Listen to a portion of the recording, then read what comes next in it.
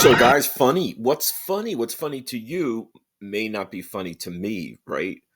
But I think we can agree that these top five funny episodes picked by me, I did research. All these are fan favorites and fan funnies as well, but you might not think they're the total funny ones, but hey, check it out. Let's see if you agree. First up, the Royale from the second season. Riker, Data, and Worf become trapped in a strange hotel on a planet otherwise incapable of supporting human life. It's a great one. I mean, no matter how many times I watch this, I still laugh. Love it. It's got an eerie quality about it, too, though. It does have a strange, eerie quality. And actually, the episode written by Tracy Torme, he didn't like it. He had his name removed. Why? Because he was unsatisfied with the rewrites. Because his original idea was a surreal nightmare about an astronaut who was stuck forever in his most unpleasant memory. And if you watch, of course, and remember, pretty much is sort of recycled. They're stuck in this hotel, and then through the magic of Data, of Riker and Worf, especially Data, they're able to break the cycle and get out. But all along the way, there's so many great guest star characters and actors, and it's just wonderful. Truly one of my favorites and funniest.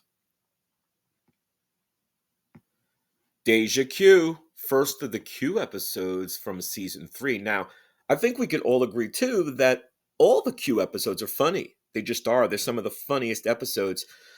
I picked this one because I love seeing Q be mortal. He doesn't have his powers. In fact, Screen Rant ranked it as one of the top 10 episodes of all time and one of the funniest. And it does have a very kind of sweet ending, if you remember.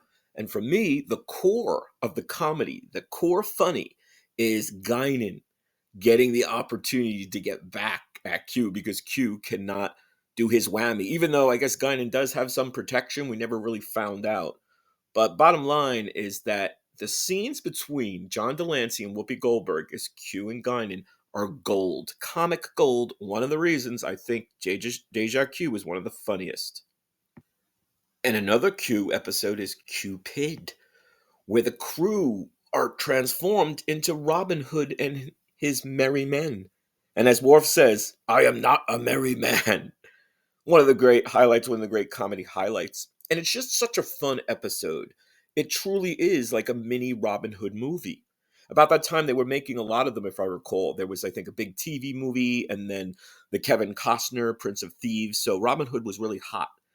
And Comic Book Resources, the website, called it a delightful romp and loved the scenes, especially Worf's declaration that he's not a merry man, and then Troy's archery skills. Remember, so it's actually such a great combo dual episode because it's very funny, one of my favorite funny ones, but it's a Robin Hood film. Really, it's a Robin Hood movie, and it's just a great adventure for our crew, our Enterprise crew. Ready to ride into the Old West with Worf and his son and Troy. Fistful of Datas sixth season. This, for me, is not only one of the funniest, but I love westerns, or especially spaghetti westerns. Fistful of Dollars, of course, Fistful of Datas, Good, the Bad, and the Ugly. This is a tribute to that genre and those amazing movies. So for that alone, this makes a list, and then it's just so funny.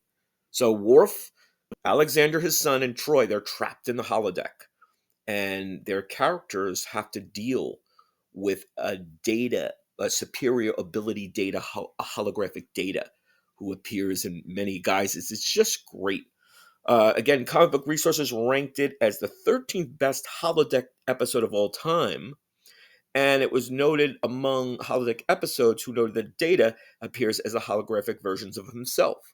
So the computer sort of calculates and makes these simulation holographic data. It's just so funny. And it's, again, a tribute to these spaghetti westerns in general, but specifically the spaghetti westerns, which I'm a big fan of. So Fistful of Datas, one of the funniest. And finally, Rascals. Little Rascals, one of my favorites. This is Rascals from the sixth season. Now, this might be controversial. In fact, I know it is controversial. There are many people who don't like it. Everybody I know that are great, Next Generation Star Trek fans do enjoy it. I think it's probably one of the best or funniest because of the performances. They got really good kids to play the kids. And of course, this episode sees Captain Jean-Luc Picard and three other crew members become kids, 12-year-old children.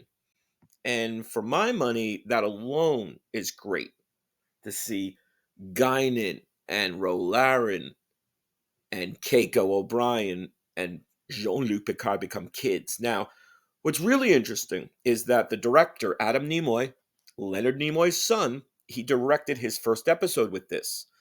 And then Whoopi Goldberg as Guinan was not scheduled to appear in the episode. He requested her personally, and she said yes. So, I think it really speaks to someone like Whoopi who knows good comedy, who knows funny. So she's like, "This is a good episode, I would imagine." And then Adam had asked her. So again, it's a wonderful episode. It's so funny. There's one kind of sticking point for me. The child actor who plays Whoopi in it, she's good, but her voice was not up to par. They didn't think it matched Whoopi's, so they dubbed in another voice, and it kind of takes away for me a little from the episode. But since they've cleaned it up and remastered, maybe they did that as well. It plays better now for me, but it's a little bit of a flaw. Overall, though, I still love it. I still love seeing Jean-Luc Picard, Captain Picard as a kid, taking a temper tantrum saying, "I want to see my father. I want to take me to my father." Great episode when the Ferengi attack. So I love it. There's your top five. That's my top five. Maybe I'll do another top five. Certainly, there's at least another maybe dozen or more really funny episodes. And see what you think. Give us your feedback. Give us your picks. Hope you're enjoying. Hope you're subscribing. See you soon.